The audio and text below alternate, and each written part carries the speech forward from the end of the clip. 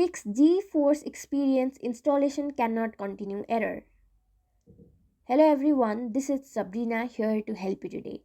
So without any further ado, let's get right into the video.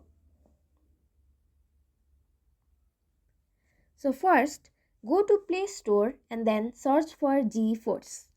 As you can see, this app is not available in my region.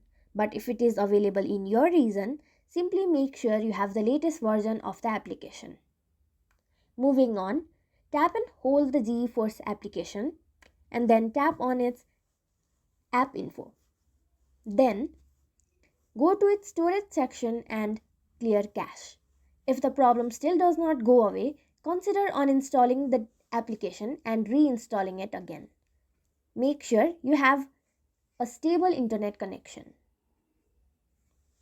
Sometimes this problem occurs due to server issues as well.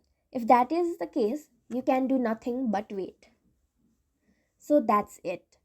Thank you for watching this video. Make sure to like, share and subscribe to our YouTube channel. If you got any questions, comment them down and I'll catch you in the next one.